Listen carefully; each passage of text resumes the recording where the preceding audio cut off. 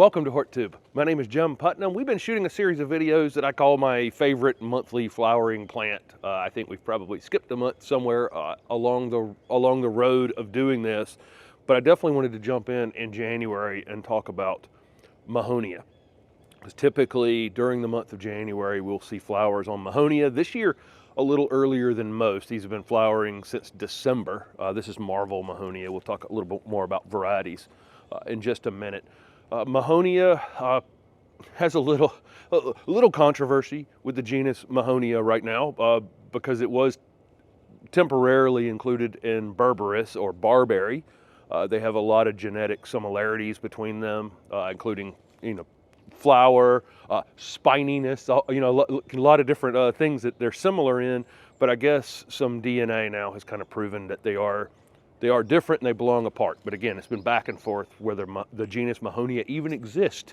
But they're fantastic ornamental plants. Of course, Mahonia belii, very invasive Chinese species. There's 70 species of Mahonia, belii being probably the most notorious of them because it has completely naturalized in the southeast United States. I can walk out here in the wooded space behind us right now and find a Mahonia very quickly. A hawk just flew right over my head as I was doing that, so that was kind of fun.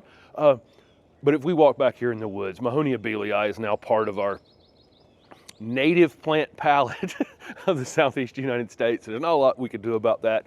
Other species are much less seedy. They're pretty good ornamental plants for this incredible winter color. Most have fragrant flowers. They're very vivid flowers. The bees go absolutely crazy on these things on warmer days during the winter time. Birds absolutely love the seeds. The little drupes that form on them are kind of a blue or purple coloration all the way to black, but the birds absolutely love them. Very different,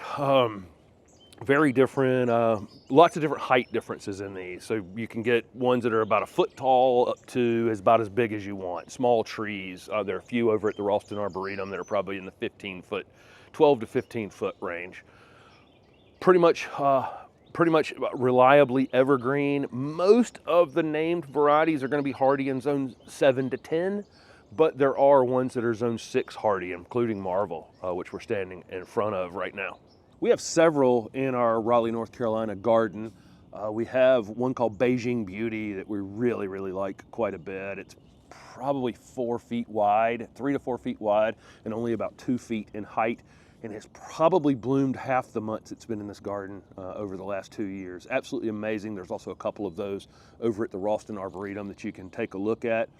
We have soft caressed Mahonia, which really has the appropriate name. It's much less spiny than many of the other Mahonia varieties that are out there on the market. Again, over at the Ralston, there's quite a few, and they're in bloom typically sometime between late December, January, and February every year. And if you go on a warm day, you can see what I mean about the pollinators.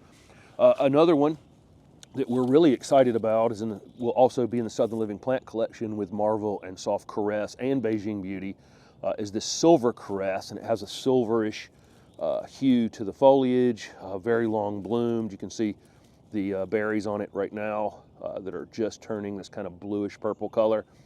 Very compact growing habit, another one that's kind of soft to the touch, so it doesn't have that spininess that Mahonias have.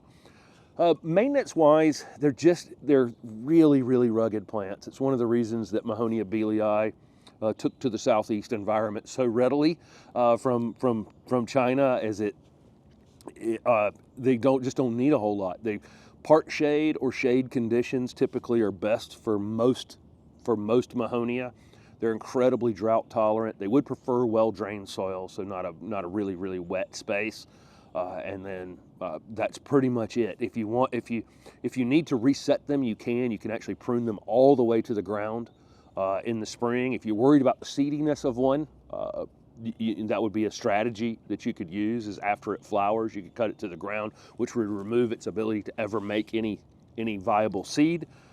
Otherwise, you can just prune it a branch here or a branch there. I'll talk more about that. I'll show you how I've been pruning that Marvel Mahonia in just a minute. They probably would need very little fertilizer as long as they're in a bed, mulch space, and kind of have a little room around them. You really don't need, you probably don't even need to fertilize them. But if you do, it would be in the late winter, early spring, with just some general organic fertilizer would be all that they would need.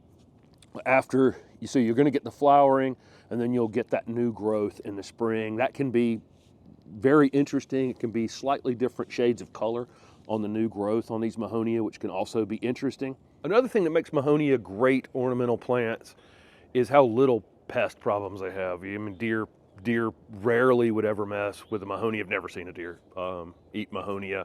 I have seen some rust on the foliage in the nursery environment and out in the wild on the naturalized Mahonia belii, which again is a Chinese species. Most of the species that I've encountered are Chinese species, but we have a North American native Mahonia Aquifolium, which is Oregon grape holly, which is one of the great plants of the Northwest United States. A fantastic evergreen shrub that you see all over the place out there when you visit, and you absolutely should. Lewis and Clark actually brought that plant back on their trail across the United States.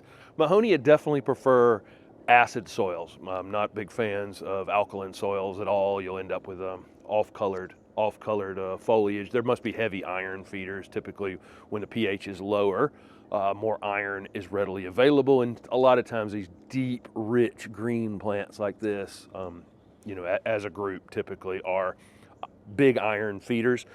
Again, this is Marvel Mahonia. This is probably at the top of my list, and there's some great ones again over at the J.C. Ralston Arboretum. This one's part of the Southern Living Plant Collection. It gets big, giant clusters of yellow flowers. They're slightly stunted this year, and they're also stunted over at the Ralston. I'm almost thinking it actually didn't get enough cold on it before it started blooming. So this thing, we got a little cold, and then it stayed warm for long enough that it got them flowering, and I don't think they actually got enough cold treatment on them to really put on the big giant display. So last year, where these clusters are kind of small like this, they were this big here and over at the Ralston. So I think there had to have been something to do with what it perceived as a very short winter and just a long stretch of warmer weather. This one is going to get tall. I mean, the one at the J.C. Ralston Arboretum is probably 8 feet or more already. They don't do a lot of pruning over there on purpose because they're looking at what a plant's going to look like in an ornamental landscape without putting in a lot of maintenance on it. For me, I will take these each individual terminal end like this, after it finishes flowering, I'll chase that down in the plant a little bit and cut it off so that it keeps a bit of a natural form, but it'll end up about this tall. I'll take about 2 feet of height out of it when it's done flowering. Again, Mahonia belii, has such a bad reputation as being a seedy plant, and of course, very close relatives to barberries, and so that we have several barberries, that are invasive as well, and it's, left this group of plants maybe slightly behind others. Tony Avent has an unbelievable Mahonia breeding program. We've been over there walking through them, and there are multiple generations of crosses, and so almost all of those will be sterile cultivars. The others, like soft caress, sterile cultivars. So we've reintroducing this plant, in a positive way back into the American landscape, where it's not a problematic plant, but it's fantastic for our winter pollinators, fantastic for our winter gardens, fantastic for being, such tough evergreen shrubs. And those of you who have deer problems know how much you battle, to find plants that can be interesting with high deer pressure. So there you go. The January flowering plant of the month for 2024 is Mahonia. Thank you guys so much for following along with the channel.